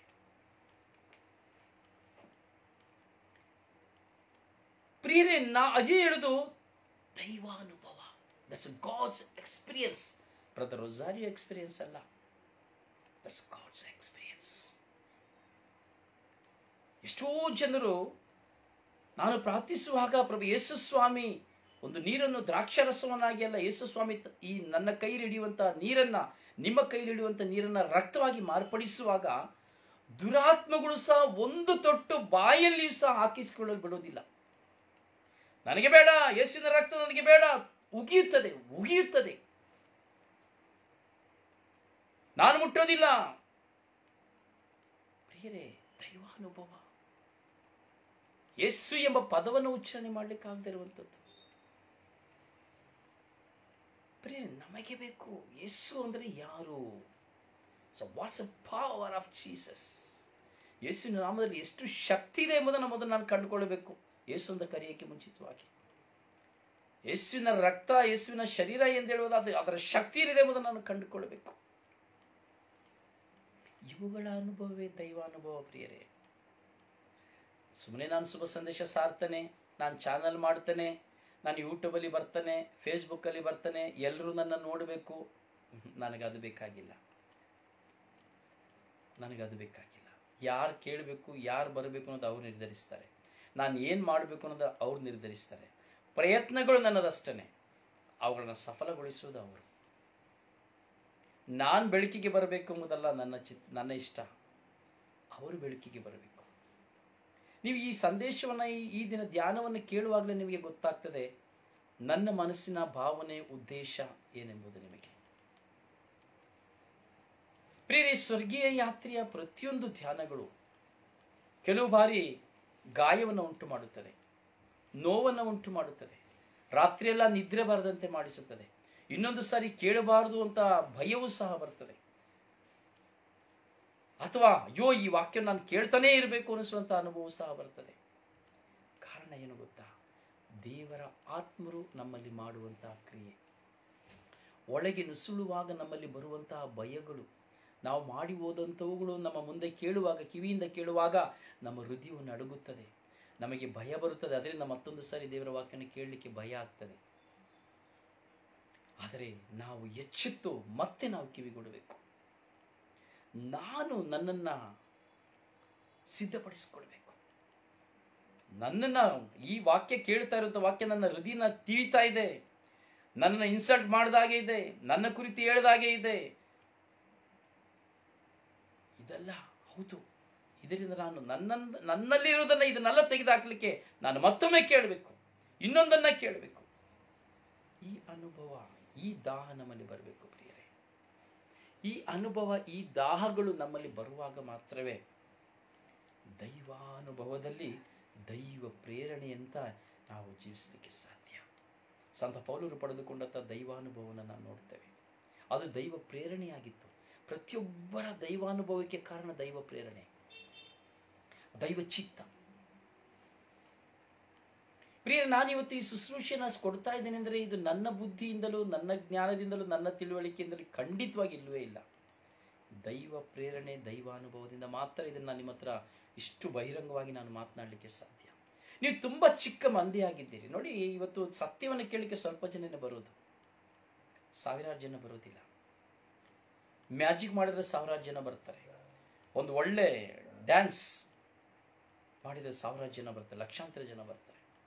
ಕಳೆದ ದಿನದಲ್ಲಿ ನಮ್ಮ ಸ್ನೇಹಿತರೊಡನೆ ನಾನು ಕುತ್ಕೊಂಡು ಮಾತಾಡ್ತಾ ಇದ್ದೆ, ಜನ ಸಬ್ಸ್ಕ್ರೈಬ್ ಮಾಡಲಿಕ್ಕೆ ಏನು ಮಾಡಬೇಕು, ಸೊ ಈಸಿಯಾಗಿ ಜನರಿಗೆ ದೇವರ ವಾಕ್ಯ ಹೋಗಬೇಕು ಅಂದರೆ ಏನು ಮಾಡಬೇಕು ಎಂಬುದಾಗಿ ನಾನು ಕೇಳ್ತಾ ಇದ್ದೆ. ಆಗ ನನ್ನ ಸ್ನೇಹಿತ ಟೆಕ್ನಿಕಲ್ ಸಾಫ್ಟ್ವೇರ್ ಇಂಜಿನಿಯರ್ ಅವ್ರು ಹೇಳಿದರು, ಅದೊಂದು ದೊಡ್ಡ ಕೆಲಸ ಇಲ್ಲ. ನೀವು ಹಣ ಕೊಡೋದಾದರೆ ನಿಮ್ಮ ವ್ಯೂನ ಲಕ್ಷಗಟ್ಟಲೆ ಮಾಡಲಿಕ್ಕೆ ಸಾಧ್ಯ, ನಿಮ್ಮ ವ್ಯೂನ ಲಕ್ಷಗಟ್ಟಲೆ ಮಾಡಲಿಕ್ಕೆ ಸಾಧ್ಯ. ನನಗೆ ಶಾಕ್ ಆಯಿತು. ಏನು ಬ್ರದರ್ ಹೀಗೆ ಹೇಳ್ತಾ ಇದ್ದಾರೆ? ಹೌದು ಬ್ರದರ್, ಅದೇನು ದೊಡ್ಡದಲ್ಲ. ನಿಮ್ಮ ವ್ಯೂಗಳನ್ನ ಹೆಚ್ಚು ಮಾಡಲಿಕ್ಕೆ ಸಾಕಷ್ಟು ಜನ ಇದ್ದಾರೆ. ನೀವು ಹಣ ಕೊಟ್ಟರೆ ಖಂಡಿತವಾಗಿಯೂ ಸಾಧ್ಯ. ನೀವು ₹5, ಅವರು ₹5 ನಿಮಗೆ ಇನ್ವೆಸ್ಟ್ ಮಾಡ್ತಾರೆ ನಿಮ್ಮ ವ್ಯೂಗೋಸ್ಕರವಾಗಿ, ನೀವು ಅವರಿಗೆ ₹10 ಕೊಡಬೇಕು. ಶಾಕ್ ಆಯಿತು. ಹಾಗೆಯೇ ಈ ಕಳೆದ ದಿನಗಳಲ್ಲಿ ನನ್ನ ಪರಿಚಿತರೆಲ್ಲರೂ ಈ ಎಣ್ಣೆಯ ವ್ಯಾಪಾರವನ್ನು ಮಾಡ್ತಾರೆ. ಆದರೆ ನಿಮಗೆ ಗೊತ್ತಿರ್ಬೋದು, ಈ ತಲೆಯಲ್ಲಿ ತುಂಬ ಕೂದಲು ಬರಲಿಕ್ಕಾಗಿ ಅಡ್ವರ್ಟೈಸ್ಮೆಂಟ್ ಎಲ್ಲ ಕೊಡ್ತಾ ಇದ್ದಾರೆ. ನಮಗೆ ತಿಳಿದಂಥ ಸ್ನೇಹಿತರುಗಳು, ಮಿತ್ರರು ಮಾಡ್ತಾ ಇರುವಂಥದ್ದು. ಅವ್ರು ಹೇಳಿದ್ರು, ಬ್ರದರ್ ಇಲ್ಲ ಬ್ರದರ್, ಫೇಸ್ಬುಕ್ನವ್ರು ಏನು ಮಾಡ್ತಾರೆ ಈಗ ನೋಡಿ. ಈ ನಮ್ಮ ಧ್ಯಾನ ಹೆಚ್ಚೆಚ್ಚಾಗಿ ಹೋಗ್ತಾ ಇರುವಾಗ ನನಗೆ ಮೊದಲು ಅನುಭವ ಆಗಲಿಲ್ಲ, ಈಗ ನನಗೆ ಅನುಭವ ಆಗಿತ್ತು. ಫೇಸ್ಬುಕ್ನವರು ಈ ಸ್ವರ್ಗೀಯ ಯಾತ್ರೆ ಧ್ಯಾನವನ್ನು ಬ್ಲಾಕ್ ಮಾಡ್ತಾರೆ. ಲಿಮಿಟೇಷನ್ ಪರ್ಸನ್ಸ್ಗೆ ಮಾತ್ರ ಅವರು ವ್ಯೂ ಕೊಡ್ತಾರೆ.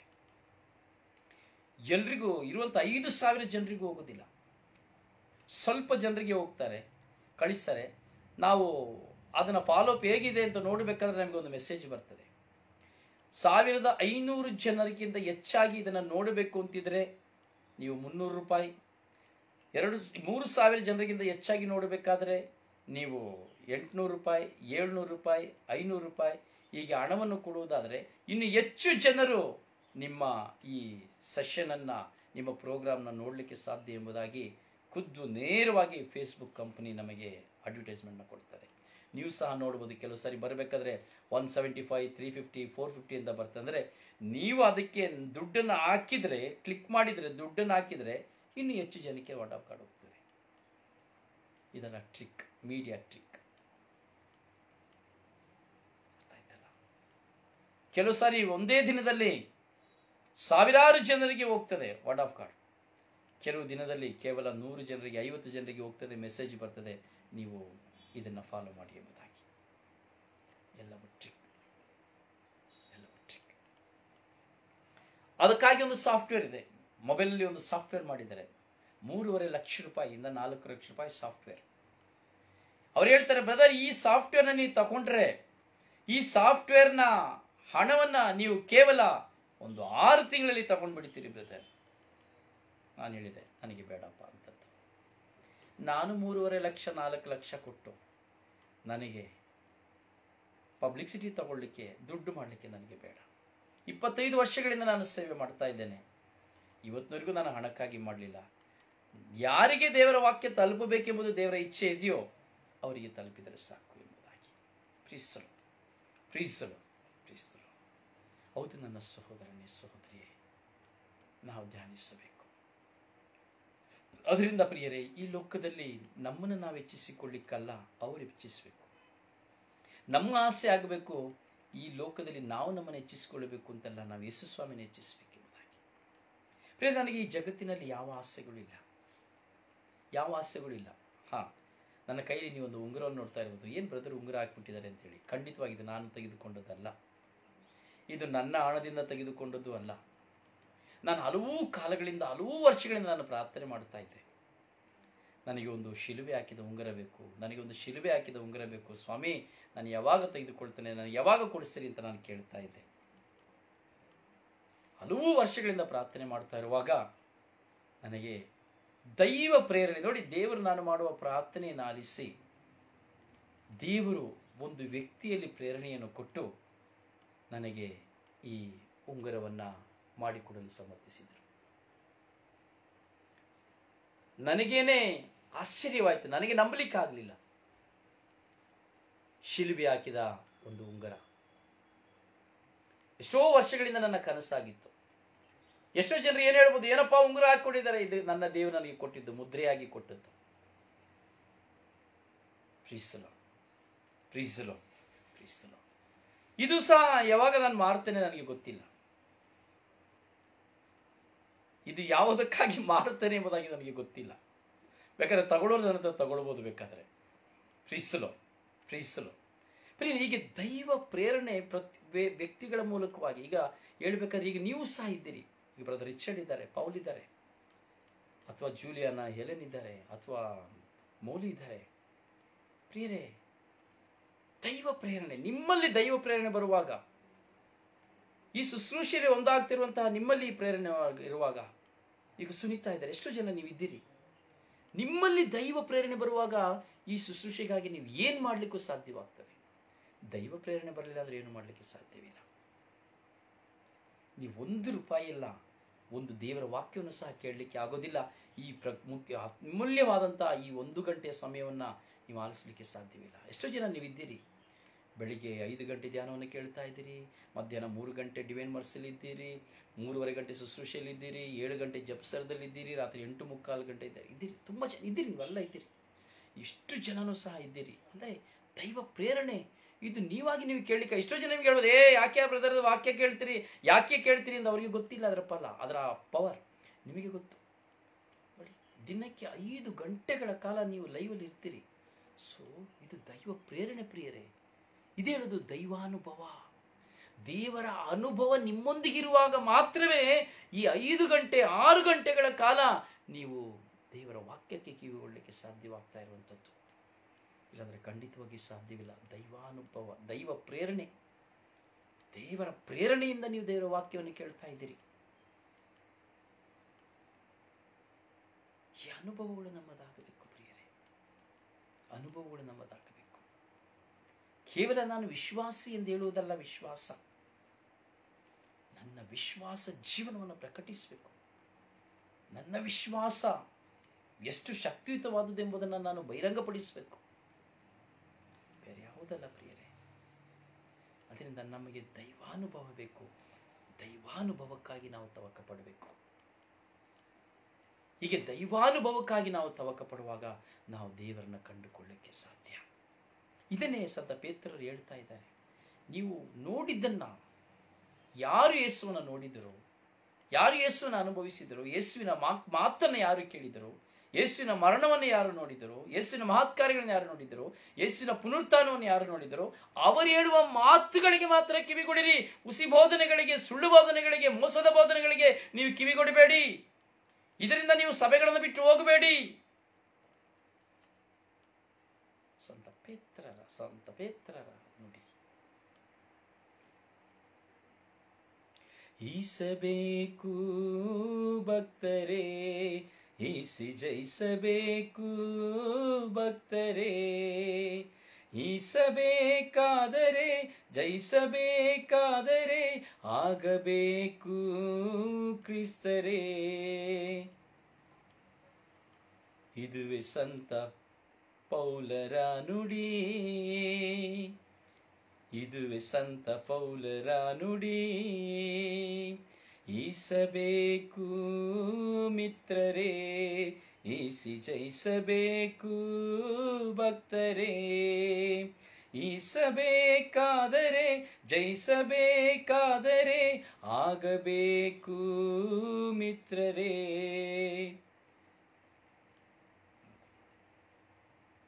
ಇದುವೇ ಕ್ರಿಸ್ತರ ನುಡಿ. ಆಗಬೇಕು ಯೇಸು ಕ್ರಿಸ್ತರಾಗಿ. ದೈವಾನುಭವ ನಮಗೆ ಬರಬೇಕು. ದೈವಾನುಭವಕ್ಕಾಗಿ ನಾವು ಪ್ರಯತ್ನಿಸಬೇಕು. ನೋಡಿ, ಇವತ್ತೆಷ್ಟು ಜನ ನಾವು ನೋಡ್ತೇವೆ, ಏನು ನೋಡ್ತೇವೆ, ಏನೋ ಮಾಡ್ಬೇಕು, ಯೂಟ್ಯೂಬ್ಗೆ ಹೋಗಪ್ಪ, ಒಳ್ಳೆ ಅಡಿಗೆ ಮಾಡ್ಬೋದು, ಒಳ್ಳೆ ದೋಸೆ ಮಾಡ್ಬೋದು, ಒಳ್ಳೆ ಇಡ್ಲಿ ಮಾಡ್ಬೋದು, ಏನೆಲ್ಲ ಮಾಡ್ಬೋದು, ಎಲ್ಲ ಯೂಟ್ಯೂಬಲ್ಲಿ ಕಲಿಬೋದು. ಪಕ್ಕ 100%. ನೀನು ಎಂಥ ಕೆಟ್ಟದನ್ನ ಕಲಿಬೇಕಾದ್ರೂ ಯೂಟ್ಯೂಬಲ್ಲಿ ಕಲಿಬೋದು. ಎಷ್ಟು ಒಳ್ಳೆಯದನ್ನ ಕಲಿಬೇಕಾದ್ರೂ ಯೂಟ್ಯೂಬಲ್ಲಿ ಕಲಿಬೋದು. ಒಳ್ಳೆಯ ಊಟನ ಕಲಿಬೇಕಾದ್ರೂ ಯೂಟ್ಯೂಬಲ್ಲಿ ಕಲಿಬೋದು. ಒಬ್ಬನ ಕೊಲ್ಲಬೇಕಾದ್ರೂ ಯೂಟ್ಯೂಬಲ್ಲಿ ಕಲಿಬೋದು. ಒಬ್ಬನಿಗೆ ಸೌಖ್ಯ ಕೊಡಬೇಕಾದ್ರೂ ಯೂಟ್ಯೂಬಲ್ಲಿ ಕಲಿಬೋದು. ಆದರೆ ನಮ್ಮ ಮುಂದೆ ಜೀವ ನೀಡುವ ವಾಕ್ಯವಿದೆ. ಯೇಸು ಎಂಬ 2 ಅಕ್ಷರದಲ್ಲಿ ದೈವ ಪ್ರೇರಣೆ, ದೈವಾನುಭವದಿಂದ ಬರೆಯಲ್ಪಟ್ಟಂಥ ಪವಿತ್ರ ಗ್ರಂಥವಿದೆ. ಎಷ್ಟು ಜನ ದೇವರ ವಾಕ್ಯವನ್ನು ಧ್ಯಾನಿಸ್ತಾ ಇದ್ದೇವೆ, ಸಾರ್ತಾ ಇದ್ದೇವೆ, ಅನುಭವಿಸ್ತಾ ಇದ್ದೇವೆ. ಯೂಟ್ಯೂಬ್ಗಿಂತ 1000 ಪಟ್ಟು ಶ್ರೇಷ್ಠವಾಗಿರುವಂಥ ಪವಿತ್ರ ಗ್ರಂಥ ನಮ್ಮ ಮುಂದೆ ಇದೆ. ದೈವಾನುಭವಕ್ಕಾಗಿ ಎಷ್ಟು ಜನ ಸಿದ್ಧರಾಗ್ತಾ ಇದ್ದೇವೆ. ಕೇವಲ ದೇವರ ವಾಕ್ಯವನ್ನು ಓದಿದ ಮಾತ್ರಕ್ಕೆ ಸ್ವರ್ಗ ರಾಜ್ಯವನ್ನು ಸೇರುವುದಿಲ್ಲ. ದೇವರ ವಾಕ್ಯವನ್ನು ಆಲಿಸಿದಂತೆ ಪಾಲಿಸಿದರೆ ಮಾತ್ರ, ಸಾರಿದರೆ ಅಲ್ಲ, ಪಾಲಿಸಿದರೆ ಮಾತ್ರ ಆಗಲೇ ದೈವಾನುಭವ. ದೇವರು ನಿಮ್ಮನ್ನು ಆಶೀರ್ವದಿಸಲಿ. ನಿಮಗಾಗಿ ಪ್ರಾರ್ಥಿಸುವ ನಿಮ್ಮ ಸೇವಕ ಬ್ರದರ್ ಝಾರಿಯು ಪಾಂಡವಪುರ. ಪ್ರೀಸಲು.